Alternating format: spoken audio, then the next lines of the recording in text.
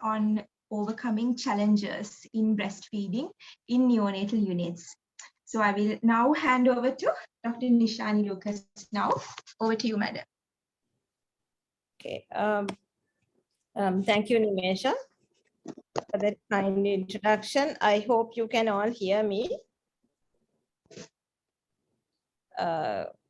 We can hear you well, madam. Okay, shall we share my slides? I will stop the video now. Should I share it again? Okay.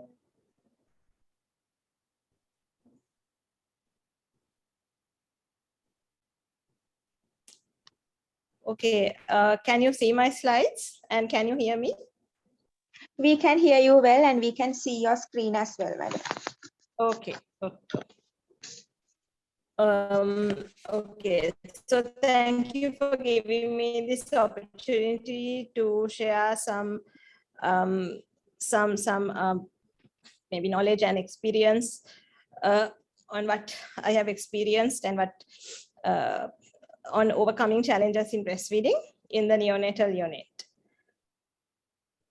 So I'm hoping to do this in a couple of sections. Hopefully you don't get bored. So we will start off with why we need to support breastfeeding, why say no to formula, and then move on actually to the challenges that we face while we are looking after neonates in the postnatal ward as well as the neonatal unit. Okay, so the first question is, now we are trying to support breastfeeding. We are saying that formula is not the way to go, but why? So in order for me to convince you, I have to be convinced. In order for us to convince our patients, we need to be convinced in the beginning. And then it's important that we convince our staff. So I'm sure you know most of what I'm going to say, but I'm going to say some of it anyway, because we need to be convinced in order for our our clients or our patients to take us seriously.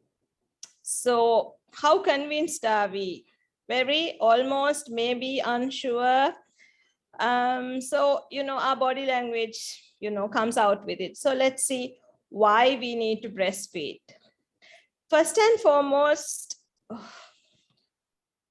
all children have rights, right? According to the UN Convention of the Rights of the Child. And among these rights is the right to good nutrition, the right to protection, and the right to develop to the full potential. So children are not the property of its parents, and parents also have the responsibility of protecting and maintaining their children. So in other words, parents have a responsibility in ensuring good nutrition for the baby. So why breastfeed? We are still there. It prevents 800,000 child deaths per year and saves 20,000 moms who breastfeed from breast cancer, according to the Lancet in 2016. And exclusive breastfeeding up to 6 months and breastfeeding up to 12 months was ranked the #1 intervention in preventing childhood mortality. So this is a graph basically from when it was ranked #1. As you can see, exclusive breastfeeding is ranked #1 and continued breastfeeding with complementary feeding was ranked #3. So as neonatologists, as pediatricians, as people looking after children and babies, it is what we all want to do is ensure good outcomes and good survival for our babies. So it's simply difficult to ignore the benefit of breastfeeding. So I come to the first question of your questionnaire for those who attempted, which was, I guess, exclusive breastfeeding is the most effective intervention to reduce childhood mortality, and the answer is true. Right, so some of you may have seen this picture before. So these are all different type of mammals, and you see them feeding their babies, but we see the same type of, you see the puppies are feeding off the dog and the elephant calf is feeding off the elephant. You don't really see different animals feeding off other types of animals here. Yeah, it does happen really. So it brings us to the question, are all mammal milks the same? Can we just, feel like, okay, I want to drink seal milk today and that's a good thing? can we just give it to our baby? So if you take a close look, you can see the composition of mammal milks, although we all share being mammals, is different. You can see in the human, carbohydrate is 7. That is the highest out of all.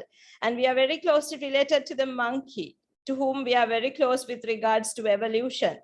So why is this? Because our brain growth needs carbohydrates. And we believe that we are superior to the other animals with regards to brain growth.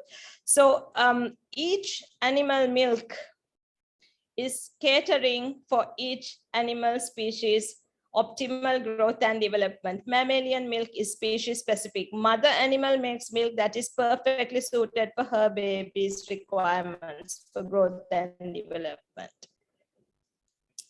So therefore, that's another reason why we should make sure the baby drinks breast milk and not some other animal's milk, because it's not going to optimize the growth and nutrition of that baby.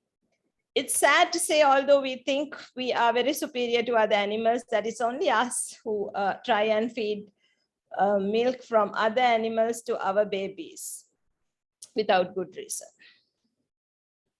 So brings us to the second question. Breast milk is species specific. That is also true. So breastfeeding increases IQ by 7 to 10 points. And in this complicated, very colorful graph, what it shows is there are different skills in addition to vision, hearing, emotional control, conceptualization, numbers, social skills, language, things we need even today. But the peak is within the first 2 years of life, basically within the first 1,000 days of life. So optimal nutrition during this sensitive period in early brain development is important. And that includes the period of exclusive breastfeeding within the first 6 months and continued breastfeeding thereafter. Does breastfeeding improve IQ? Yes, it does. It improves it and it increases it by 7 to 10 points. And as you can see here, the longer with the length of breastfeeding, the IQ has also increased. So yes, breastfeeding improves IQ. What does this show? So this is another cartoon just to show that this guy has failed the exam, but the reason he quotes is because he's not breastfed. So how does it do this? So there are scientific facts behind it. This is not what I'm saying, but there's a lot of studies behind it. So breast milk increases the brain volume, especially the white matter. That brings us to our third question, which is again true. And breast milk also causes better white matter organization.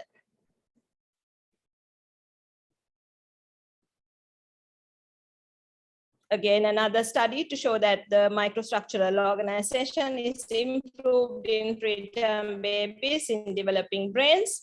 And not only that, it also increases the myelin content, and the effects of breastfeeding on intelligence are persistent and has been found even at 16 years of age. So I have quoted all the studies. So another message, breastfeed for brain growth. Another reason why we should breastfeed is to protect against disease. Again, we all know this. But did you know that breastfed babies have a larger thymus and therefore confer better immunity? Bringing us to our fourth question, which is also true that it's actually breastfeeding would result in a larger thymus. So breast milk gives you loads of antibodies, gives the baby loads of antibodies that mom has accumulated throughout her life. And so that is basically like a huge first beneficial vaccine that the baby gets. Lots of immunological benefits in breast milk. This is a long list. I'm not expecting you to read all this, but it provides from gut protection to protection against all sorts of microorganisms, to protection against tumor cells, to better acceptance in organ transplantation. So the immune benefits are immense. Nishani, slides are not moving, Nishani. Sorry? Slides are not moving, Nishani. Okay, what do I do? From where? Is it moving now? The microstructural organization. Okay. Hold on. Can you see now? No, it's still the same slide is there. Okay, hold on. Let me share again. Something. Can you see now? Not yet. Did the slide move now? Is it okay? Or No, there's nothing now. We can't see anything now, madam. but I am sharing.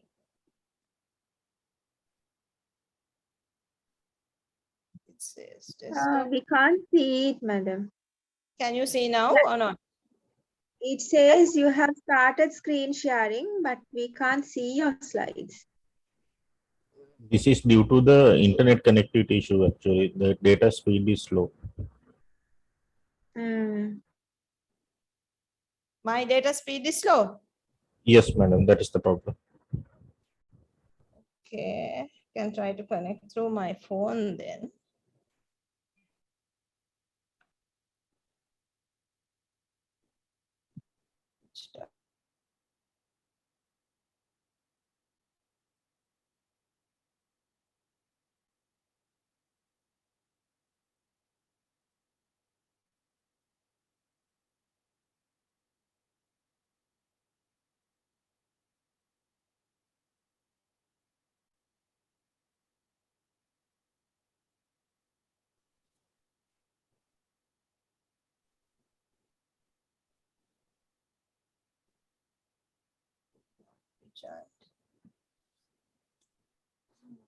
Can you see now or still no?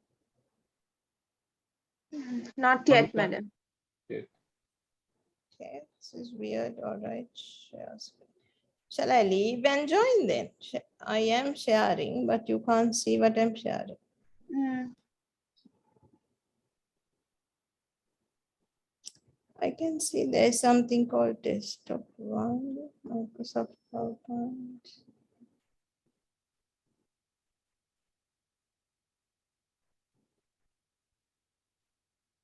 Still you can't see? No, madam. Okay, let What me- if you try to send it to somebody else? Sir, how is It's a your huge internet connection? presentation. Yeah, my connection is very good. If you can send it to me, I can. Yeah, take it madam, through the why slide. don't you send it to sir so that he can start sharing? Okay, I can try, but the problem is it's a big presentation. Hmm. It's 119 MB. So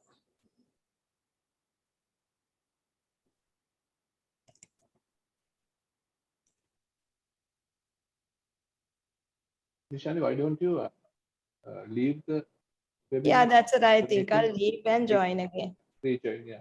Yeah.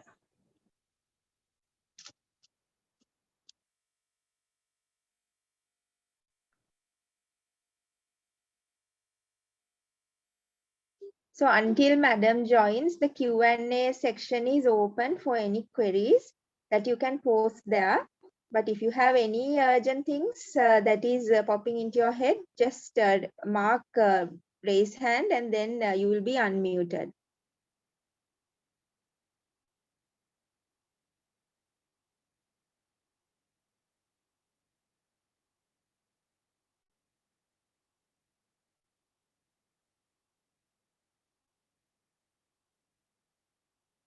Okay, you can see now. Yeah, your screen is back.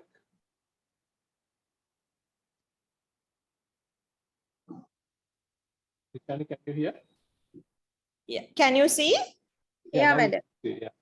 Okay, so I will continue from, I think this is where I was. That's So it. yeah, breast milk continues it improves white matter organization. And this is a paper on the details of how it does that. It also increases the myelin content and it improves IQ, and the effects last not only during childhood, but even for later ages, even as much as 16. So breastfeeding is important for brain growth. It also protects against disease. We all know this, but it also helps for these babies to have a larger thymus. through which it causes better immunity. So that brings us to our fourth question, that it results in a larger thymus. And it also gives the baby a whole lot of maternal antibodies that the mom has acquired, giving lots of passive immunity. So what are the immunological benefits of breast milk? It protects the gut, it protects against various types of organisms, including bacteria, fungi, protozoa. It protects against tumor cells, and it also causes better acceptance after organ transplantation. So I think that brings us to the couple of next questions, that it protects against tumor cells, that's better acceptance, and it protects against bacteria, different types of microorganisms. So it has been told that if infant needs one vaccine, that it would be breast milk, which is safe. And how much of an impact does it have on reducing illness? So you can see it's quite an impact of 72% reduction of respiratory illness, 64% on diarrhea, ear infection 50%, sudden infant death 38%, 58% on necrotizing enterocolitis. So a significant impact. It also reduces allergy in the form of asthma, dermatitis, rhinitis. It helps jaw development and airway development, bringing us to question 8, which is true because it results in better jaw development. Breastfeeding also reduces malocclusion. But this does not mean that it's okay to keep the breast in the mouth to fall asleep. Right? This is comparing breastfeeding to non-breastfeeding. It helps with malocclusion, but it's not good to keep anything in the mouth while sleeping. So breastfeeding increases malocclusion is false. So breastfeeding reduces leukemia. It reduces acute lymphoblastic leukemia by 1.3-fold and acute myeloblastic leukemia by 1.2-fold. Question 10 is true. Breastfeeding reduces the risk of leukemia. So it has an impact on early programming, where we know early programming helps to shape the baby's long-term health via the microbiome, as well as through epigenetics. So via these mechanisms, breastfeeding helps to reduce the risk of obesity, diabetes, heart disease, and many other immune-mediated diseases like inflammatory bowel disease, multiple sclerosis, etc. So the advantages of breastfeeding are for life. So the next couple of questions, breast milk alters epigenetics is true. Breast milk alters the microbiome is true. Breastfeeding reduces obesity by 26%. Question 13 is also true. It reduces diabetes by both type 1 and type 2 diabetes. It also reduces the risk of coronary heart disease, hypertension, hypercholesterolemia. And not only does it have multiple benefits for the baby, but there are benefits for the mother as well. So earlier we talked about the impact on breast cancer. So not only breast cancer, ovarian and endometrial cancer is less, thus less anemia. Mother's insulin requirement is less. This is particularly helpful for mothers with diabetes, right, where we have to be patient to support them. It also helps moms to have better bone health. It has a contraceptive effect, but we do not ask mothers to, not use another contraceptive method just because they are doing exclusive breastfeeding. Contraceptive method is usually limited to the time of exclusive breastfeeding. So it helps, but alone is not enough. It helps moms to regain their shape without going on a diet or on an exercise regime. It also helps to increase bonding. So there's a lot in it for the mom as well. So I come back to my original question. Are we convinced it's worth it to embark on supporting breastfeeding? It's not easy. So this is what we talked about until now. It is the right of the child. It improves survival. It improves IQ, jaw development, reduces infection, cancer risk, malocclusion, asthma, allergies, and it also affects early programming with a multitude of maternal benefits. Why should we say no to formula? Is it safe? So this is the poster done by the Family Health Bureau. It is based on the World Alliance for Breastfeeding Action, which negates the benefits that we talked about that you get from breastfeeding by using formula. Even one little spoon of formula, because early programming allergy needs only a drop of formula to touch the baby's gut. So one little feed will do lots of harm for the baby. And also there are harms for the mother as well, because it negates all the things I mentioned before. What else? It's very expensive, because failing to breastfeed is going to make the baby sick, and it's going to cost the global economy a huge amount of money. Is formula feeding worse than smoking? So here is some information about people who smoke more than 20 cigarettes compared to babies who are formula fed. So more than 20 cigarettes, 3 times more likely to have a lung infection. Formula, 17 times more likely to have a lung infection. 20 or more cigarettes, IQ is 7.5 points lower. Here the IQ is 7 to 10 points lower. Secondhand smoke have more risk of ear infections. Again, similar thing with formula. Smokers are twice as likely to develop Crohn's disease, which I mentioned earlier is immune mediated, 4 times more likely in formula fed children. Again, smoking triples the risk of leukemia, and formula feeding increases it by 17%. The increase in sudden infant death and also in cholesterol. So the answer to the question, adverse effects from not breastfeeding is comparable to those resulting from smoking, is true. Smoking is a known evil that we all know, but many studies over and over again has found that both healthcare workers and mothers know the value of breastfeeding, but many do not know the harm of formula feeding and thus accept it as an acceptable alternative. Beware of Enterobacter sakazaki. So this has caused lots of problems. All the references are given here. It can cause serious neonatal meningitis, and it is found in powdered formula especially. And it has killed babies, and after these deaths, lawsuits required, so it had happened in the 1990s that the formula that caused this problem to have this label where they had to say that it is a heat-resistant pathogenic bacteria. So this is to say that it is not sterile. There are harmful bacteria in it, Salmonella included. So formula milk is sterile is false. This is a picture from 2008 from China where parents are throwing out tins of formula. Why? Children again are sick, children have died, children have developed acute renal failure. This is due to the melamine disaster in 2008, which occurred in China. So some of you may remember this. Melamine is a chemical used for plastics, but it was used in formula to increase the protein content. Some babies died and thousands were hospitalized with kidney damage. DCD again was a problem here in 2013, where it was found in some milk products, and then there was a huge issue trying to sort of cover it up anyhow. So it has other noxious substances as well, in addition to microorganisms. So are we convinced that we should promote breastfeeding and say no to formula? If you are convinced, you will fight for it and make sure your patients fight for it as well.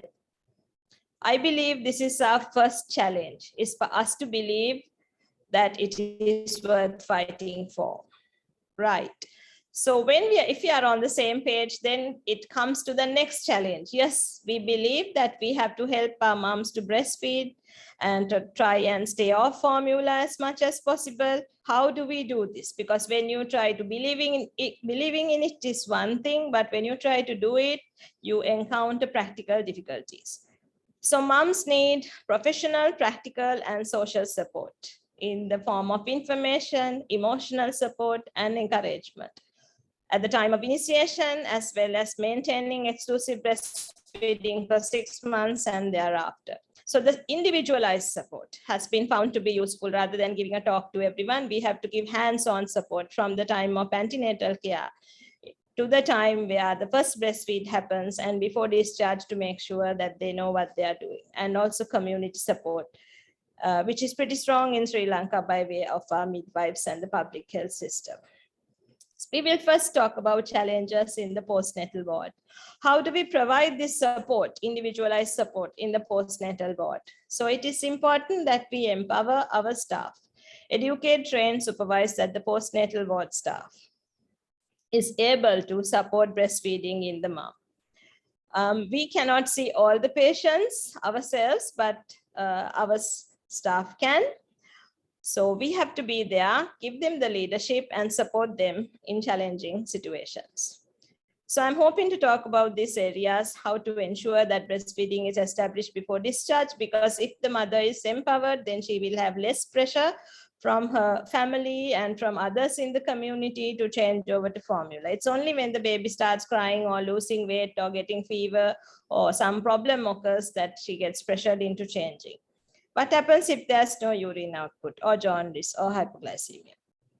So first thing, how do we know whether breastfeeding is established? It's important that we measure the weight daily in the postnatal ward, and we calculate the weight loss or gain daily, and calculate the weight loss percentage, and also assess the breastfeeding technique. So these are things we are doing at the moment, and I think you are all aware that discharge weight is there in the CHDR as well. But sometimes what happens is, although it is weighed, no one looks at it, no one interprets it. So it's important that we check it and we interpret it. It should guide you to whether we should discharge this child or not. So this is a seal we are using in our unit, which I think a lot of others are also using. I think one of the medical officers from Castle Street only gave us the idea and actually designed this seal. So I'm sure they have it as well, and many others, I'm sure. So it's important to have some good documentation in the babies, each and every baby's BHT before they go home.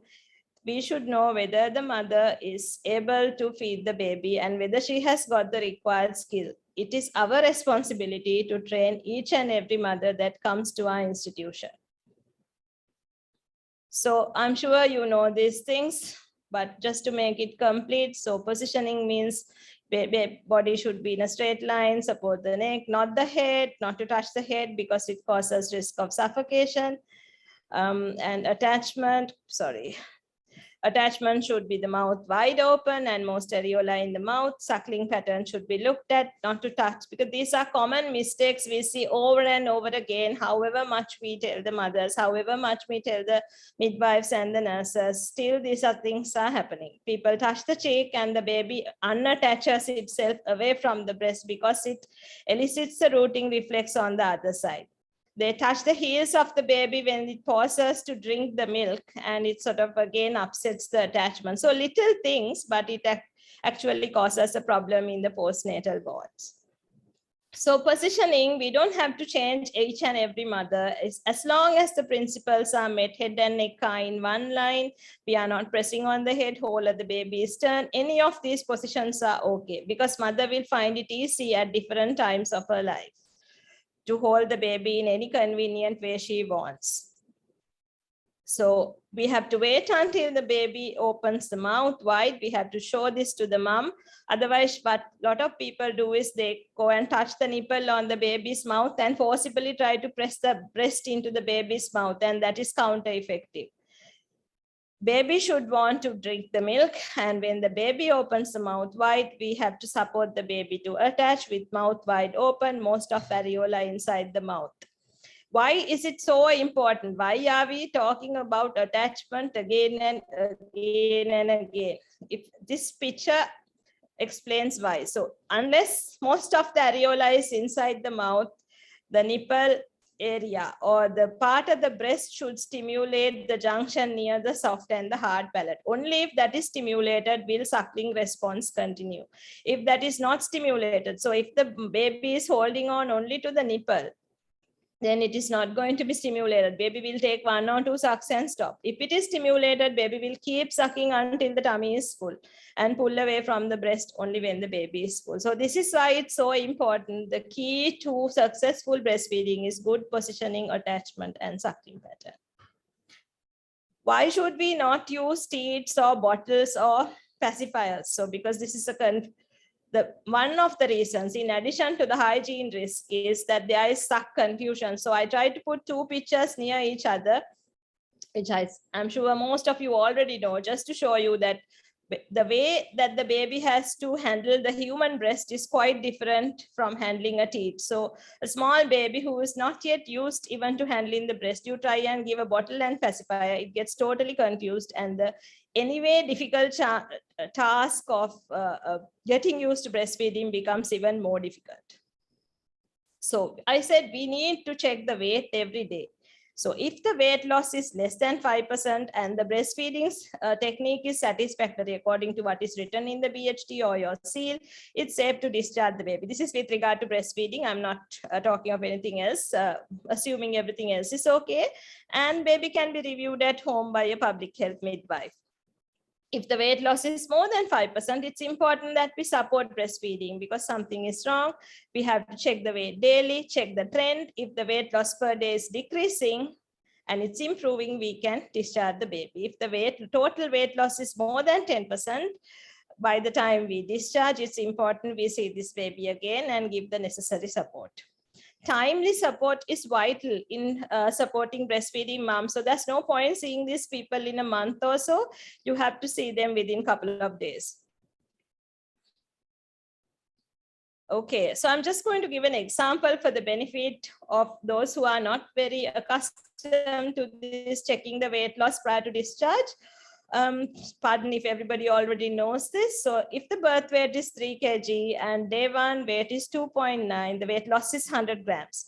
So 100 upon, so this brings us to a weight loss. So 300 grams is actually the 10% weight loss, and this is 3.3% weight loss.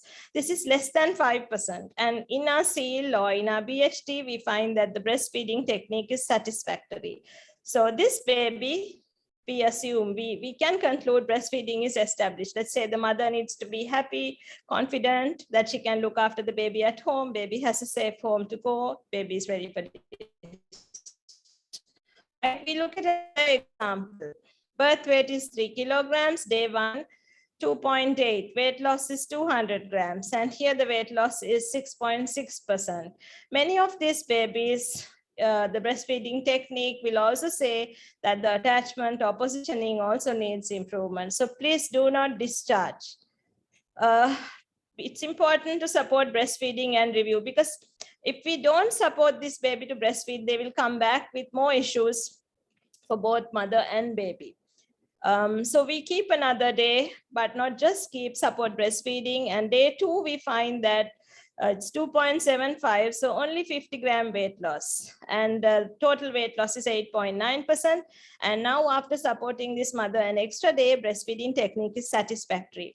So although the total is 8.9%, we can see that the first day baby lost 200 grams per day, but second day baby has lost only 50 grams per day. And the breastfeeding technique, which actually needed improvement, has improved now, and it's satisfactory. So if the mom is confident, we can discharge this baby. And since the total loss is less than 10%, we can, this baby can be followed up in the community by the public health midwife. So what is this 5%? Where did this come from? You may ask me. So this is actually, this was published in the archives of Fetal Neonatal Edition in 2013, which I found very interesting, where it said the first weight loss of more than 5% or equal or more than 5% predicts eventual more than 10% weight loss. So I did a small study in our unit, which also showed the same thing. It was presented at SLCP sessions. Then we did a couple of small studies where we looked at this weight loss more than 5% and breastfeeding technique. Were they related? Yes. There was significant relationship with poor breastfeeding technique as with the weight loss more than 5%. And what amount of mothers needed breastfeeding support for babies over 34 weeks. So about 1/3 of the mothers in the postnatal ward needed support. So these are from studies, small studies we conducted. So babies with weight loss more than 5% on day 1 should not be discharged, but should be supported and reviewed. So what happens if there's no urine output within the first 24 hours? It's actually normal urine output in the first day is only once, and it's equal to the number of days in the first week or so. So it's actually okay for them not to pass urine in the first 24 hours. Most of the babies will pass urine, few of them may not. Just make sure, let's make sure the bladder is not palpable, and support breastfeeding, and the baby should pass urine, right? Because I think earlier on when we were training, we had the experience when there is no urine output, top-up formula feeds are given. That is not at all indicated. It's a normal variation. Just support breastfeeding in the baby. So no need for IV fluids, no need for serum creatinine. As far as the baby is otherwise well, we can watch and wait and support the breastfeeding. So top-up formula feed should be given if no urine output within 24 hours is false and should not be done. What about jaundice? Yes, we know there is something called breast milk jaundice, and we also know something called breastfeeding jaundice. The common one is the one early, the breastfeeding jaundice occurs early due to delayed establishment of breastfeeding. So the answer is supporting breastfeeding. If the SBR is very high, maybe near or above exchange level, it's very important to ensure that the child spends all the time under light. So we may reduce the time we give to the mother to feed and express breast milk, and feed the expressed breast milk via the cup. And as the SBR reduces, allow more time at the breast. So I just put this on a chart. So if it is very high like this, near exchange or above exchange, and we are giving intensive phototherapy, we don't want to take the baby out for feeds or nappy changes or anything. We keep the baby under lights, and a nurse will feed the expressed breast milk under the lights. But as the baby improves and the bilirubin comes down, the phototherapy line or below, then we can allow the mother to take the baby out and feed for 10 minutes or so. And when it's below, without restriction, mother can feed the baby. So breastfeeding should be withheld if the baby's jaundice is false. And even if the baby is having breast milk jaundice as a prolonged jaundice, there is no reason to discontinue the breastfeeding. So what happens in hypoglycemia? Because I think some of us have experienced during our work in the foreign countries, some people give formula milk. So what is the evidence? The glucose metabolism in neonates, once the baby separates from the placenta, there is a surge of catecholamine, cortisol, and glucagon with decrease in insulin. And this decreased insulin and increased glucagon ratio stimulates glycogenolysis, which supports the baby for 12 hours. Gluconeogenesis starts from 2 hours and then takes over, as well as high ketone turnover starts after 12 hours and keeps for 2 to 3 days. So the baby has its own own supply for brain metabolism without energy coming from the milk for about 2 to 3 days. So out of the energy for brain metabolism, 70% is from glucose, 30% is from alternative substrates like ketones. So enteral feeding is the stimulus for postnatal metabolic adaptation. And ketone bodies are higher in breastfed infants. So this makes breast milk the ideal enteral food of choice in prevention or the treatment of hypoglycemia. So there should be no place for giving formula for babies with hypoglycemia. If the babies, I'm not going to go into detail of hypoglycemia, if the baby is symptomatic or if the blood sugars are very low, recurrently or persistently, we have to start IV fluids in addition to breast milk, but there is no place for formula.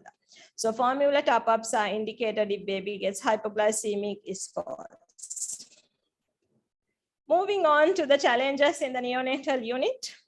Should we exclusively breastfeed preterms? Does it meet nutritional requirements?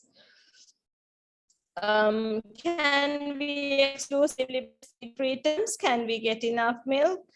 Poor weight gain on breast milk? What should you do? So first of all, again, I want to ask, we have to ask ourselves, do we really believe that breast milk is sufficient for preterms to meet their nutritional requirement? So from the American Academy of Pediatrics, although Americans are not very good at breastfeeding, human milk is undoubtedly superior with less late-onset sepsis, less necrotizing enterocolitis, and better neurodevelopmental outcome. So preterm milk is more nutrient dense with higher content of protein, fat, energy, sodium, chloride, all these things, right? If you remember in one of the first slides, I said mother animal makes perfect milk for her baby. It's a wonder of nature, right? So a 24-weekers milk has higher content of this than a 26-weekers milk. 26-weekers milk has a higher content of this substance than a 32-weekers milk. 32-weekers one is higher than 40-weeker. 40-weeker is higher than 6-month-old baby. 6-month-old baby is higher than 1-year-old baby, so on, right? So no milk even from the same mother, the milk at different times of days is different. At different ages is totally different. So if you take milk from a 1-year-old child, which is what the bank milk that you find in other overseas countries, and give it to a preterm, it does not meet the nutritional requirements. But same age baby or the same mother's baby, it will meet the nutritional requirements. So can unfortified breast milk provide enough energy for the preterm baby? Breast milk provides about 70 kilocalories per 100 ml. So when we give the fluid at 160, fluid as in breast milk at the volume of 160 to 180, it meets the requirements, and the expected outcome is around 10 to 30 grams per day. And we need to add things like calcium, phosphorus, sodium, multivitamins, iron, right? So in addition to the milk. Right, so we can give this in the form of calcium supplements and vitamin supplements. So yes, it does meet the nutritional requirement. And if we want to maximize the energy, we know the hind milk, the milk that comes first, has more water content. As you can see in these two tubes, the first one looks more watery and the second one is more thick. That is at the end of a pumping session. So we have to use this fact, that the knowledge that fat content increases as the breast empties, in asking the mother to take all the milk, not to throw any of the milk, because volume is more important. Take all the milk, express to 2 or 3 containers depending on her volume, give the third container or second container first, and the first container next. So the last container has the highest amount of fat, give that first, followed by the one before, and like that come to the hind. Don't throw any of the milk. It is culturally unacceptable and it goes down poorly with the mothers as well. So BMJ had this article about apparent breastfeeding paradox, where for a long time we were obsessed with weight gain and we thought neurodevelopment, everything surrounds weight gain. But it took us a while to realize that, you know, too much of weight gain is actually a problem. And now we are battling problems with body composition and obesity. So neurodevelopment was better in the breastfed baby despite suboptimal initial weight gain. So this is again a growth chart from one of our 32-weekers who had severe staphylococcal pneumonia and had a very challenging neonatal period, but was fine afterwards. This is just to show you, you know, we have issues that this is on the normal growth chart before the time of the preterm growth chart. So baby on the red is okay. The growth chart has to be parallel to the curve, and that's it. It should not go to the green. We should not push the baby up onto the orange area, because we now have knowledge. Earlier catch-up growth was the trend, but we now have knowledge that if a baby who is born small gains a lot of weight at later in life, that puts it at high risk of obesity and metabolic syndrome. What about human milk fortifier? So this is a group of people, I thought, who work with small babies. So I thought I should talk a little bit about human milk fortifier as well. What about it?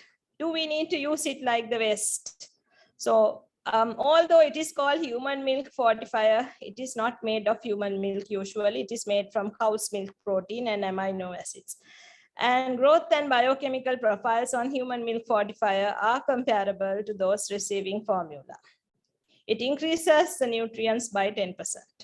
So there are two methods of fortification: standard fortification, which means you add the same amount for every baby, which is what we do when we do fortify, right? And that results in excess and deficiency of nutrients.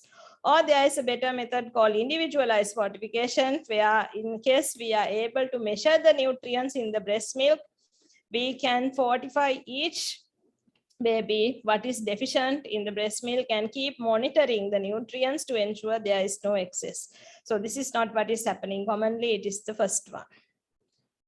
So what happens to babies on fortified milk? The body composition is different. There is weight gain and more fat deposition, and the amino acid profiles are different, right? And the evidence to show that it supports growth and that it doesn't cause necrotizing enterocolitis is also very low. So this again is not a slide I want you to read, but I want you to look at it to understand that there are lots of problems with increased from slow gastric emptying times to more reflux to higher risk of neck, to neutralizing the anti-infective properties of human milk, because this is a cow's milk based thing. And again, the risk of Enterobacter sakazaki comes, the risk of infection, contamination, cow's milk allergy, so on and so forth. So it is not to be taken lightly, and just because it was used during our foreign training or wherever we are working doesn't mean we should come and blindly apply that knowledge here, because our country, we are pretty good at getting our own mother's milk, much better than most of the other countries in the West. So it's important that we recognize our strengths and take only the good things what we have learned during our training elsewhere. So breast milk does not provide sufficient nutrient for preterm babies is false. So breastfeed preterms for Premi Power.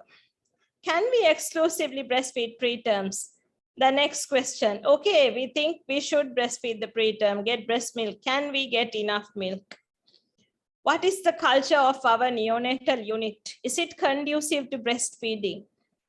What do you feel? If you don't feel deep inside you that it's going to work, your body language will tell.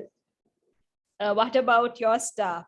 So it's important we believe and we support it, because if the culture is not enough and it's not inadequate to support growth, however much words we use to tell mothers something we don't believe in, it's not really going to work, because it's not only us, it's us, the nurses, the attendants, the midwives, everybody who works around, because everyone talks. Develop a positive culture. It's important even that our attendants and everyone knows, because they are the ones who bring the mother from the ward. So if they are being mean to the mother and don't believe in it and are telling nasty things to the mother along the way, it becomes a problem. So frequent contact between mother and baby is important in order to get a good milk supply. Establish adequate milk supply, and no bottles, no pacifiers should be used. So express and feed within the first 6 hours as soon as possible. It's very important that you don't wait, because it is of no benefit. So Cochrane's summary says there's no evidence that delayed introduction of enteral feeds prevent necrotitis. So there was a worry that delaying giving feeds very soon is going to cause necrotizing enterocolitis. But to the contrary, we know that breastfeeding is actually protective of necrotizing enterocolitis. So again, this is the study that was accepted for publication and will come out. I think Dr. Hassan may be in the audience. A study Dr. Hassan did about does breastfeeding preterm babies within the first 24 hours lead to better outcomes. So we compared babies who got breast milk during the first 24 hours to those who didn't, because some moms got late to send. It's not that we actually grouped them into two. Some mothers sent on time, some mothers got late because maybe they were sick.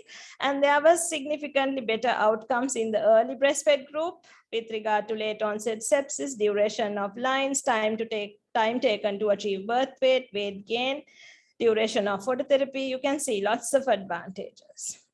So breast milk should be initiated after 24 hours is wrong. It should be initiated as soon as possible.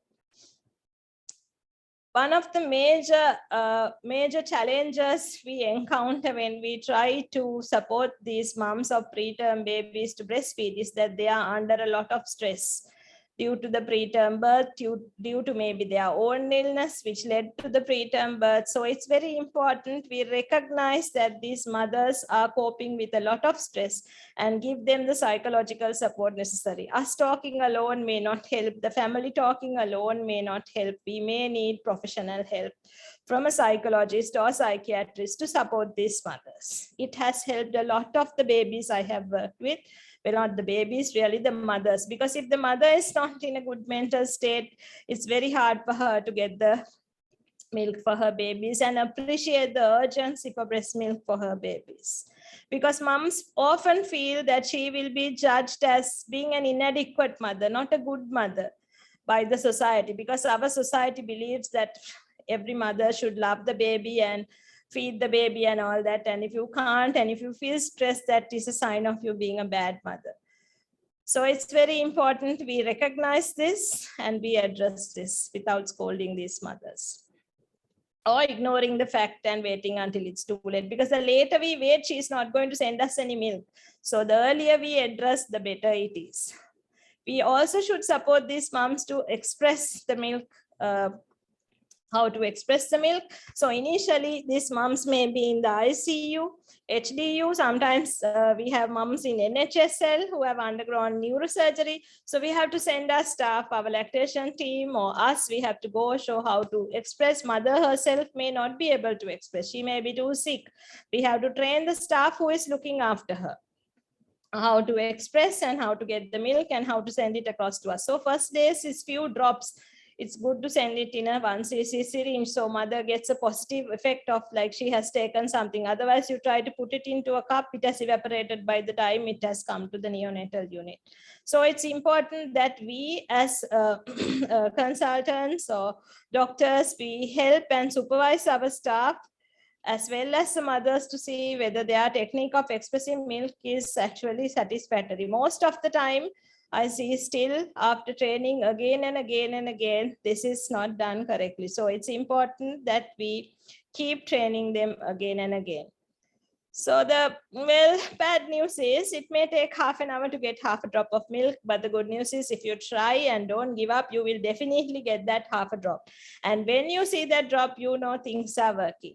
Right? Because if you get half a drop today, you are going to get more than that in the next couple of hours. Talk to the mother. So it's important that we go down. Someone from the neonatal team go down to the mother. Mother is sometimes in the ICU, HDU. I think we are all doing that. I think some of you who have worked with us know we have to go down, talk to the mom, tell her about the baby, inform about the baby, and tell how important it is that she gets the milk and encourage her. Support the team that is supporting the mother. Because sometimes the mother is very sick and is unable to come and see the baby in the NICU. If the mother can come, it's much easier. Support and give the responsibility to the trained lactation nurse.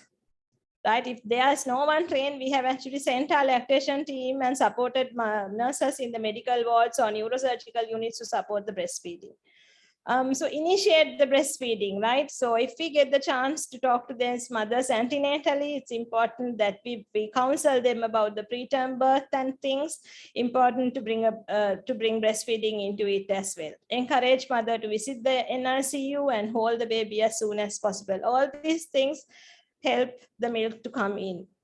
Start expressing soon before 6 hours of birth. We have to keep reminding them. Telling once never works. We have to keep calling them every 2 hours, 3 hours, the mother's team, to remind them to send breast milk, because it is the last thing on their list, although it's important for us. So hands-on support is very important. This is a table just to show you how things change. So milk volume should steadily increase. On day 1, most of the time it is 1 drop, half a drop. Super moms can give more, but average it's very little. So day 1 to 2, it's 1 to 2 ml.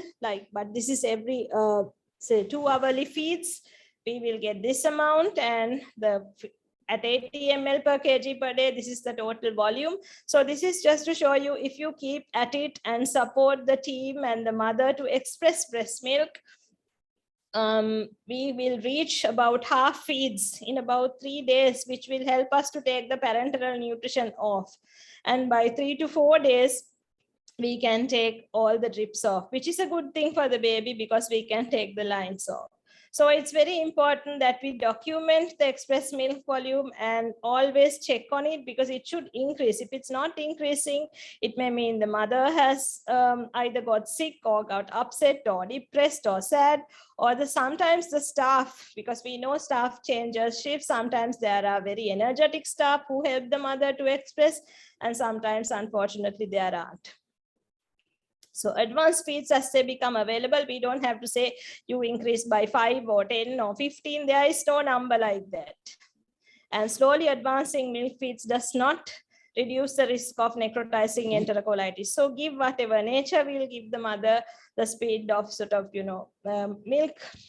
No one sort of secretes a whole lot of milk on the first day. So increase whatever increase as tolerated by the baby. So breast milk should be advanced by 10 to 20 is wrong. It is whatever the mother produces and whatever the baby tolerates.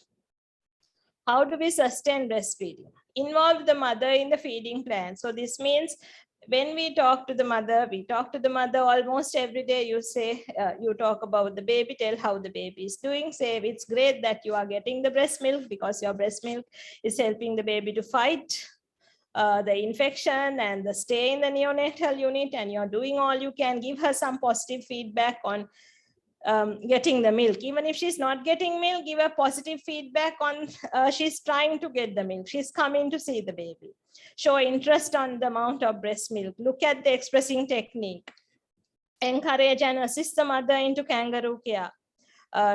So let her have the baby to nuzzle on the breast. Especially we allow kangaroo care and to nuzzle on the empty breast on babies who are on non-invasive ventilation.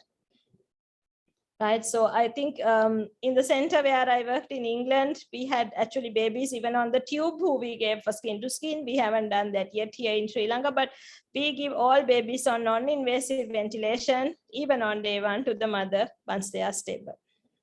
So skin to skin care does wonders for breastfeeding as well, in addition to all the other benefits.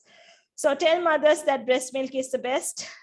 Provide written material, early implementation of kangaroo mother care, monitor the milk volumes, look out for low supply, support the transition to breastfeedings, allow mothers to go home and visit daily while expressing breast milk at home. So this is something we used to do, but it kind of broke down with COVID because we had a COVID risk and we kind of had to stop doing that. But I think with the lower numbers, hopefully we can start doing this again soon.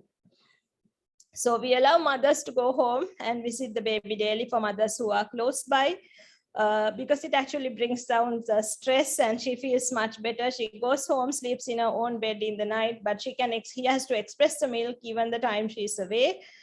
She has to buy little metal containers which can be closed to keep the milk, keep it in the fridge in a cool box, bring it, label it, take the time of expression, and we use it for the following night.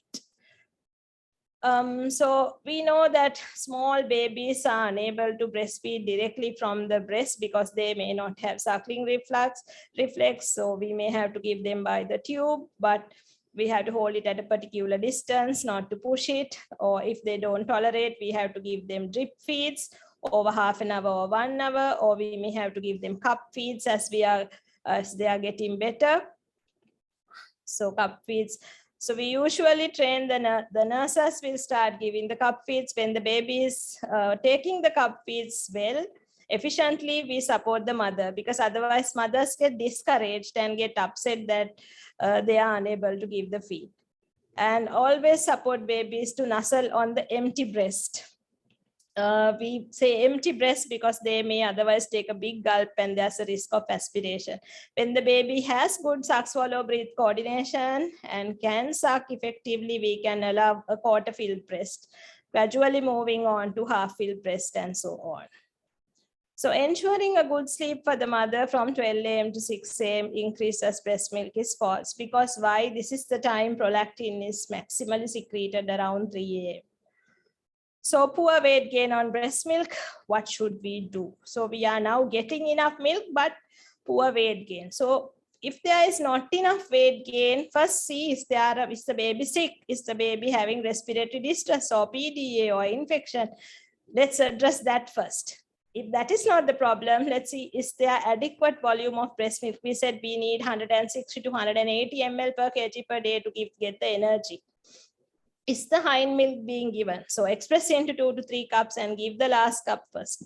The other important thing that we see quite a lot is the baby getting too tired? Because mothers are excited when the baby starts to suckle from the breast. Staff is excited. We are all wanting to celebrate the survival of the baby we have looked after. We allow the baby to suckle on the breast as much as he wants, but that's kind of a disaster. We have to shorten the duration of the breastfeed to about 10 to 15 minutes because they get very tired. They lose a lot of heat, right? So if you take the act of breastfeeding, that is where the highest amount of energy is lost. Cup feeds, less energy is lost. Tube feeds, almost no energy is lost. So if the baby is not gaining weight, it's important that you reduce the time on the breast and allow the baby to take the cup feed. If the baby is taking a long time on the cup feed, that means baby is not ready to take a cup feed. So maybe you should give part of it through the tube and whatever the baby can take within about 20-30 minutes through the cup. So that is again something you can look at. So if the milk volume is decreasing, it is due to poor management. Build confidence in the mother. It will help to increase the oxytocin. Ensure the breast is emptied too early because it will increase the prolactin and reduce the feedback inhibitor. Ensure that expression occurs 2 to 3 hours in the night as well, because that is when the prolactin peaks. We should not rest the mother from 12 a.m. to 6 a.m. If the mother is tired and sleepy, she can sleep a little early, maybe from 6 p.m. to 10 p.m. or 12 p.m. even, it's fine. But after that, during this time, at least one time, she has to express the milk to get the feeding going. Increase skin-to-skin contact, get the mother to touch the baby, talk, sing, pray, whatever she wants to do. It will increase the oxytocin. And suckling on the empty breast again increases the oxytocin. So I'm sure you all remember what oxytocin and prolactin are. This is just for anyone if you want to just recap. So anterior pituitary secretes prolactin, and that is usually secreted when the baby suckles, and that will help the future feed. Whereas the posterior pituitary secretes oxytocin, which contracts the myoepithelial cells in the alveoli, and it releases the milk for that particular feed. And why should we not be rude to this baby? Sometimes, no, sorry, not the baby, the mother. Sometimes it's very, very difficult for us. Same thing we have to tell again and again and again. She's not interested to come and see the baby, not interested to feed. And it's very frustrating, but it's so important to keep her happy and confident. That is why I said the psychiatrist and the psychologist play a big role.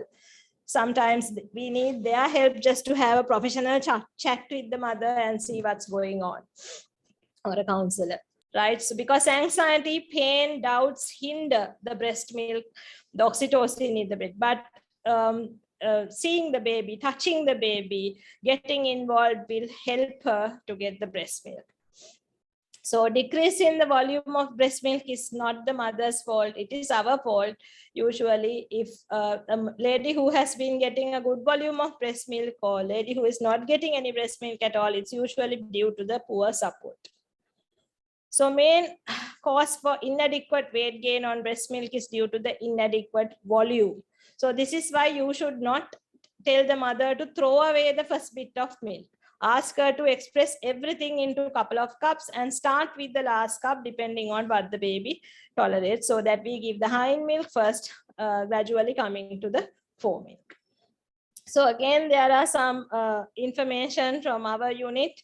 This is very early information as I started to work at DSOISA, where we looked at success of breastfeeding among preterms less than 34 weeks, where we started breastfeeds on all babies by day 1, and full feeds were achieved in less than 4 days in 83% of the babies, and 92% received only breast milk. and their mean hospital stay was 20 days, and they had a good mean weight gain. This is just to show that this can be done. And they all had normal growth and development. And this is a more recent study undertaken, actually led by one of my current registrars, Dr. Dulipa, which he presented at the Perinatal Society sessions last year. Does exclusive breastfeeding in extreme preterm babies delay the achievement of birth weight? Where we took only extreme preterm babies. So 31 extreme preterm babies, where 27 BHTs were examined. And you can see they range from 23 weeks to 27 weeks, and from 500 grams to more than 1,000 grams.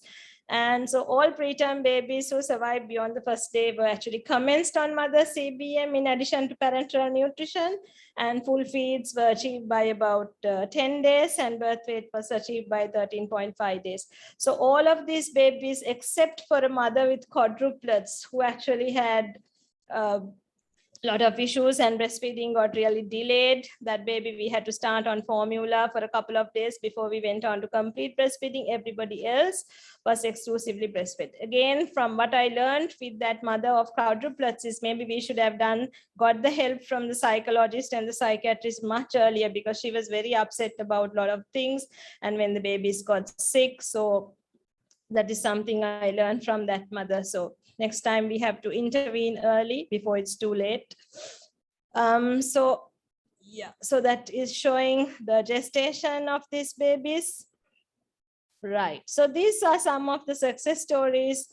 A baby who was 26 weeks, 650 grams, again 26 weeks, 550 grams, 27 weeks, 595. Put the smallest successes where we have given only breast milk, no fortifiers, no formula.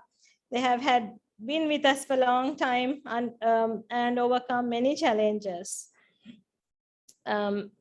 This guy with the sunglasses is a term baby. This baby again was with us for a couple of months, 26 weeks, 650 grams. So their neurodevelopment is good, and they have been all exclusively breastfed. So again, another challenge we have is mother is not fit to feed immediately. Please be patient. Baby has enough substrate to provide energy for 2 to 3 days, as I showed you earlier. And in the case of less than 1,500 grams and preterm babies less than 32 weeks, we start them on parenteral nutrition anyways, and that gives them the substrate. Express milk from the mother as soon as mom is stabilized, send to the baby. Consultant to consultant, speak to the mother's carer, please. Don't leave it to the nurses or the MOs to sort it out, because they understand what you need and you understand what their problem is with the mom. So please speak to that's how we build the rapport with the anesthetist, physician, and mom's carers as to whether we can take milk from the mom or when they would think it is possible.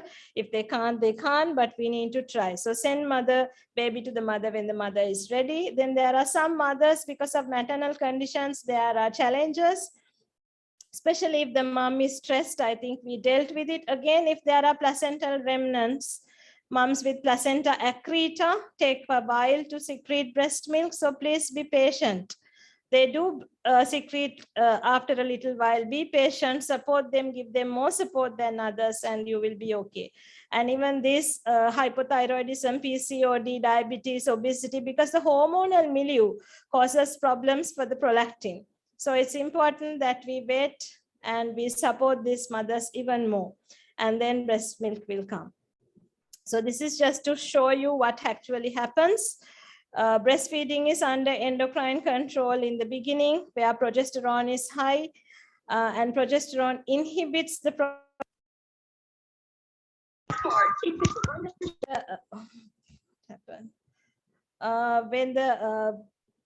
when the placenta separates, the progesterone goes down. So if the placenta doesn't separate, like in placenta accreta or its variants, progesterone stays, and it takes a while for the prolactin to surge.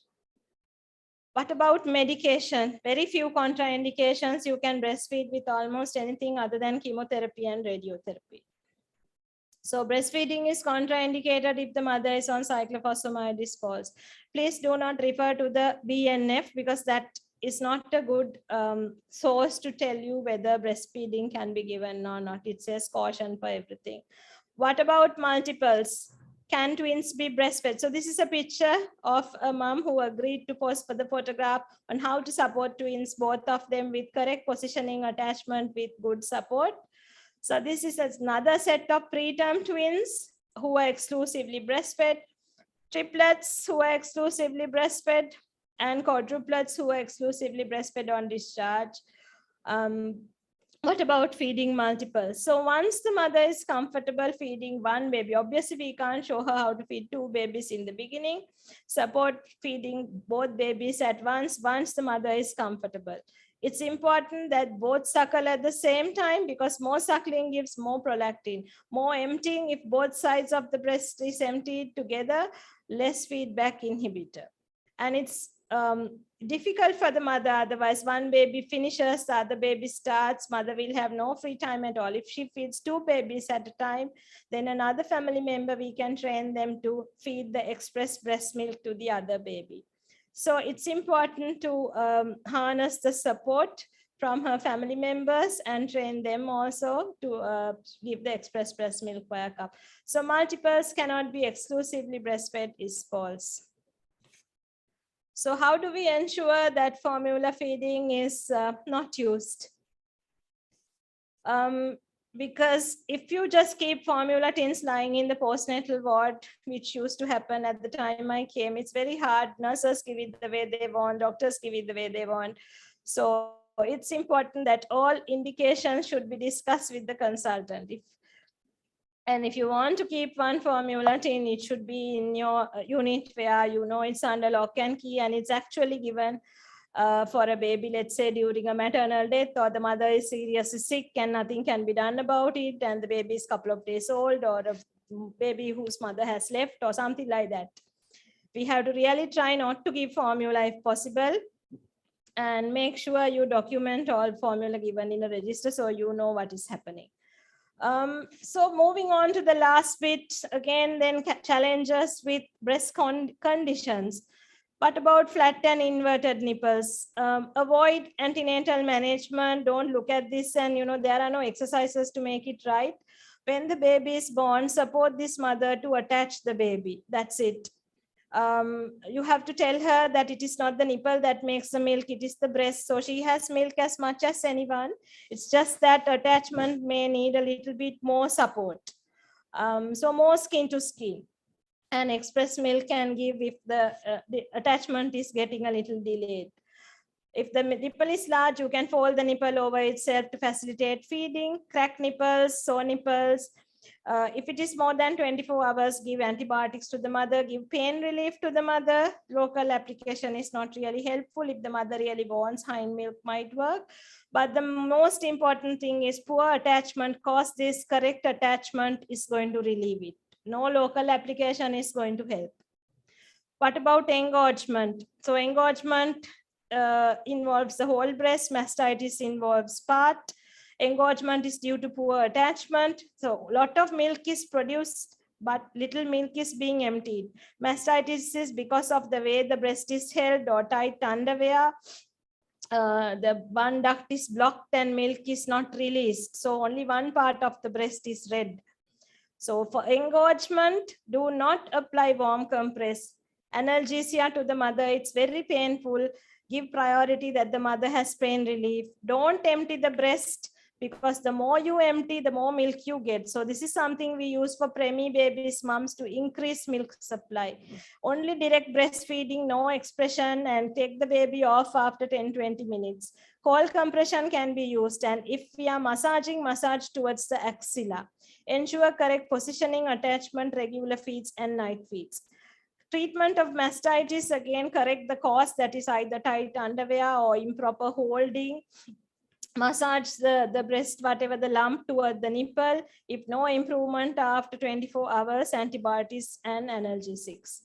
If it's a breast abscess, we have to do surgical referral, may need to do IND, antibiotics according to what the surgeon says, pain relief.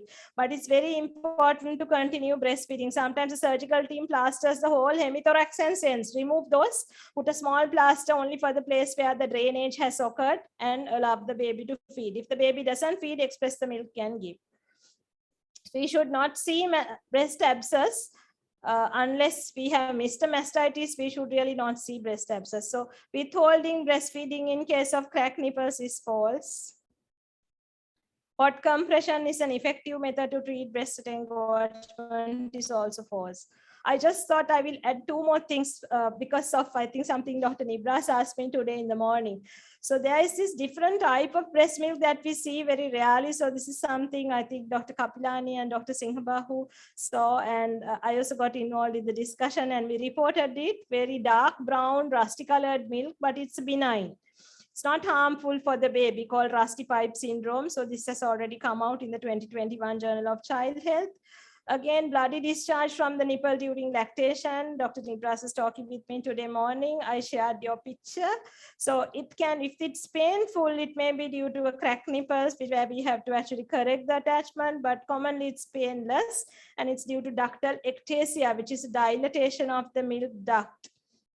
So it's a benign condition, but make sure that we are not missing. So this usually happens only after lactation. So it's unlikely to be a breast cancer, but anyway, make sure that, you examine the breast, and, maybe a surgeon should see as well. But most of the time, this is the reason. So I hope I tried to cover things that have troubled me and things I have learned from my patients, trainers, trainees, staff, a lot of people along the way. I hope you found some of it helpful. Thank you. Thank you very much, Madam, for your comprehensive lecture. I'm sure it helped all of us quite a lot. And I hope that the audience is now convinced of the importance of breastfeeding and also well educated on overcoming the challenges. I think we have a couple of questions, but before moving on to the questions, I would like to thank Mr. Rajitha Bandaranayaka, the product manager of the Sidus Carita from HEMAS Group, for his great assistance in organizing this webinar. So just going through the questions in the chat. The first question is, how long can we observe an otherwise normal baby for the first passage of urine? I think Dr. Saman has already answered the question. Yeah, it's just shown to the panelists only, madam. So for the rest of the audience. Oh, okay. So we can actually, we can watch actually for about 48 hours, provided that there is no palpable bladder. Most of the time after 24 hours with supporting breastfeeding, they do pass urine. So you can watch for 48 hours. Okay.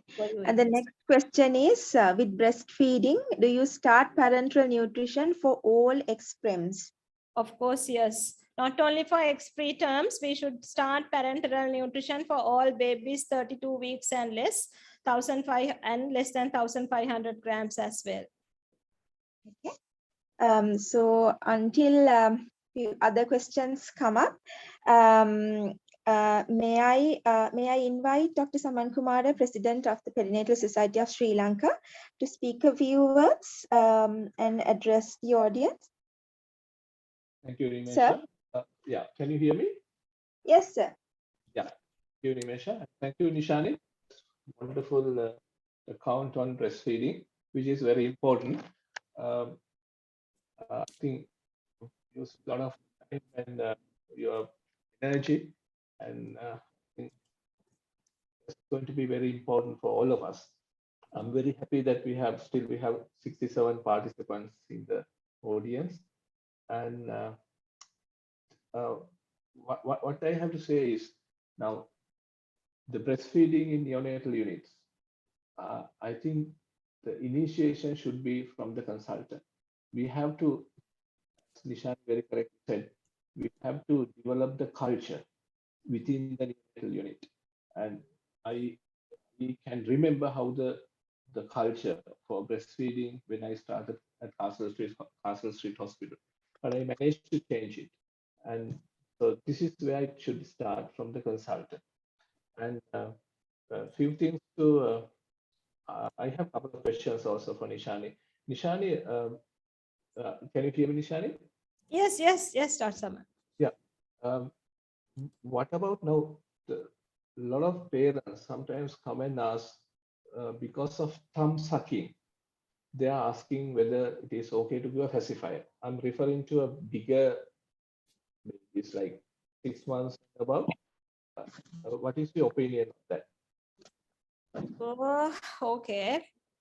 I think pacifier is not the answer there either, Dr. Saman, because thumb sucking, I think babies sort of, I think distraction is what should be done. Yeah. You have to So sort they of are, distract them and get them onto something else, because otherwise what happens is they are with the pacifier then for years and years yeah, yeah. without the thumb. The So pacifier is something not really recommended, but I have seen sometimes people coming from overseas because of the malocclusion of the because of the thumb sucking, they are prescribing pacifiers. So I was just thinking whether this is right and whether whether we No. those. No, I think, thumb sucking is also a problem is because it's a behavioral thing. No, they are showing attachment to something. So I think the way to go about is actually not to give another object to replace the thumb, but rather to, maybe show them maybe try and distract them into something else, because again the pacifier also becomes a problem, and some people it's very ugly also when you're like going to school or holding a pacifier. Some children get hooked on to the pacifier after that.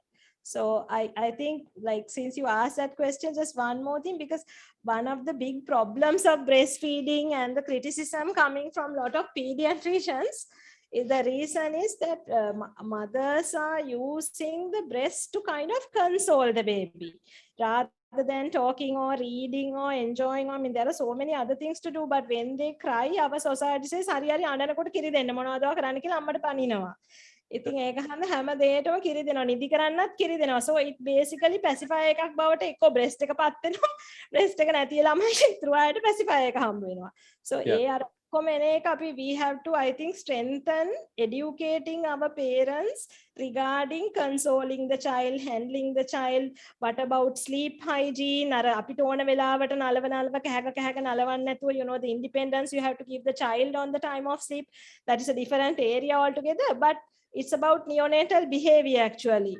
So Yes, if you tackle that, these problems will be much less. And O-level වෙනකම් මව් කිරි බොන ළමයි ටිකත් නැති වෙනවා එතකොට. This was a question asked from me once. The other thing, Nishani, I just wanted to add to what you said regarding breastfeeding and the breast milk, providing breast milk for preterm babies. This is something which I learned recently about antenatal expressing. When we know that there's impending delivery of maybe 24 week or 25 week, there's a place for antenatal expressing, maybe even 1 ml, 2 ml, which can be used as for oral care. So this has been practiced in some parts of the UK, and also we also have started at Castle Street Hospital. I think this is something that we can encourage, and which is going to be important for the baby, isn't it? Hello? Can hear, Dr. Saman. Yeah. So that is something I want to add, and also there's something I like to say. When you are doing the ward rounds in the postnatal ward, so in the unit itself, in the low dependence area, I was feeling very bad sometimes when I see mothers with a lot of abrasion on the breast. So if we see that means that we are not supporting the breast, expressing the breast milk properly, because if the mother has a lot of abrasion above the areola, that means the mother has not been taught about how to express the breast milk. So I'm sure this is frequently seen in most of the places, because we give very little support for the mothers to teach them how to express. So this is something that we need to look into, and that will definitely affect the volume of milk. Also, if the technique is not right, as you correctly mentioned, the techniques. So those are the little things I wanted to add. And thank you again, Nishani, for your time and very comprehensive lecture. And also we will be having this going on every month with we are officially we are not registered as an association, but with Ceylon Association of Neonatologists. This year probably will go it as a collaboration with the Perinatal Society. And very happy that a lot of people joined, and this will be a continuous process to update everyone in neonatal. Thank you everyone, and special thanks to Dilani and Deepal for hard work, the groundwork done for this. Thank you. Yeah. Thank you very much, sir. Madam, there is one more question for you in under Q&A. What is the place for nipple shield in Sew Nipple? Yeah, I think I answered some. Yeah, there is actually no place for nipple shield as such, because the reason is, I think even in the Sew Nipple, if you support the mother to attach correctly, then the pain is not there, because I think the fear is that it will cause pain. The problem with the nipple shield is it is plastic, and in these first few days, only little bit of breast milk comes, just a drop or two, so that gets trapped between the skin and the plastic, and that can cause infection and issues. And sometimes the baby gets hooked onto the nipple shield as well, so that is why it should not be promoted. And this is something that I have seen. So it's important a mother with cracked nipple should not be in the postnatal ward. She should be convinced either to come, if you have a mother and baby unit where the nurse can sit with her and give a one-to-one support, that is where she should be. Our hospital doesn't have, we have a place called Cotside, so we do it there, because mother can't be expected to do it by herself. Someone should sit with her and support and show her how to latch the baby properly, because the whole problem is baby has been latching onto the nipple. So that is the basic problem. We have to correct that. When that happens, even with the Sew Nipple, very raw nipples, the pain is not there when it is latched correctly. Okay. Yeah, thank you so much, madam. I think we have answered all the questions. I think there is one more, Nimesha. I think there's one more about weight crossing centiles on exclusive breastfeeding. I can't see it. Oh, okay. I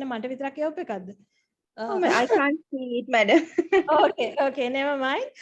So I'll just answer that. If the weight is crossing centiles on exclusive breastfeeding, if the baby has completed 4 months, this may mean the growth spurt is here. So please start complementary feeding. You should not start formula feeding, but start complementary feeding, because this happens with some babies. The growth curve starts flattening. So start complementary feeding. If it is in a younger child than that, you need to really look into the breastfeeding, what is actually going on, because it should not happen. We have to see if it's a preterm baby, like I mentioned earlier, maybe a lot of time on the breast. We may have to give more cup feeds.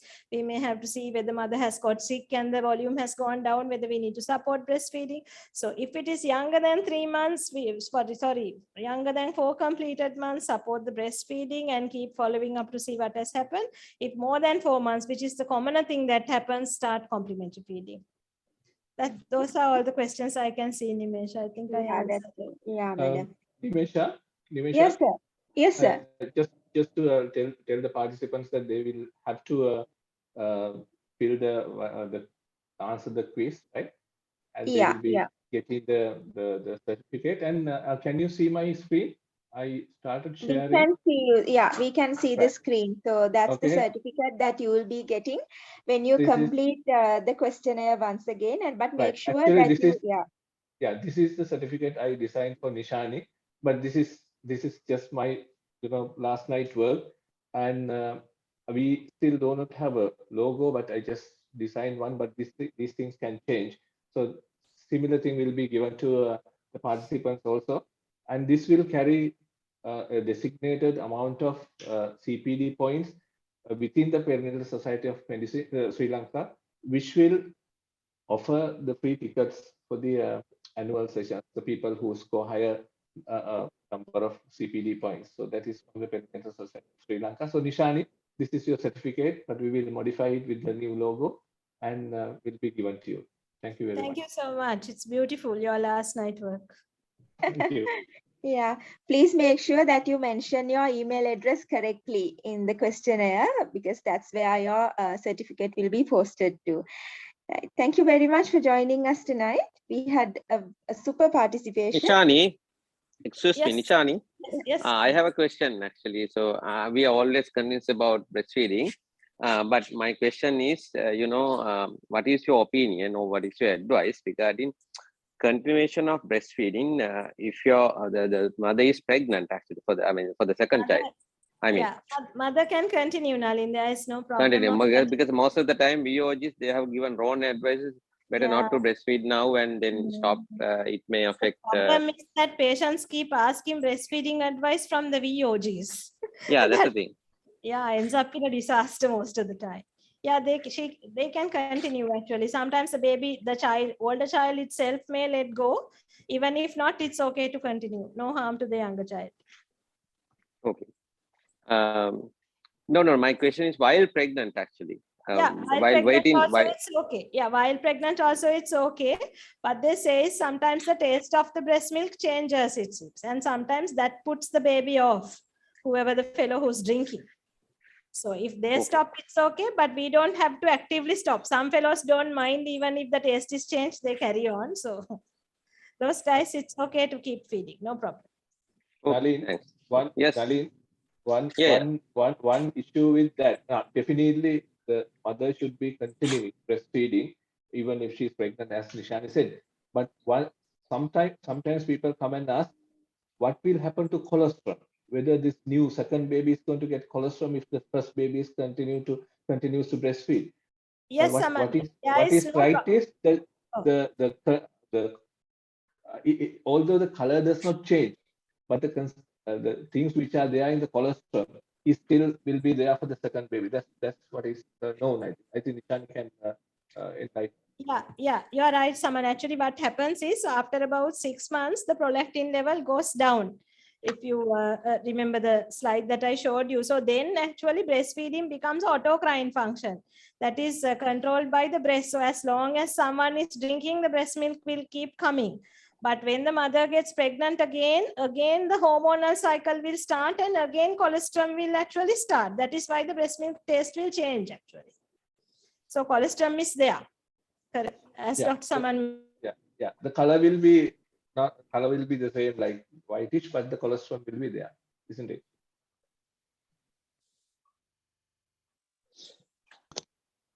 Okay. So any further questions before we wind up?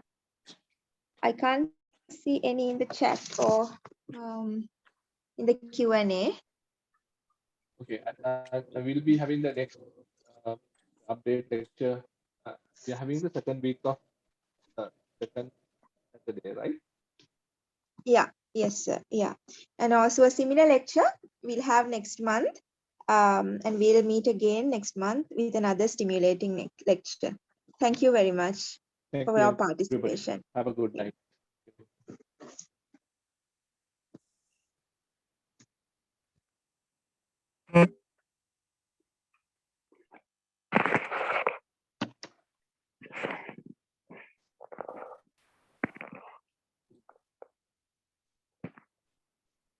Sorry, I got disconnected. I think it's over now.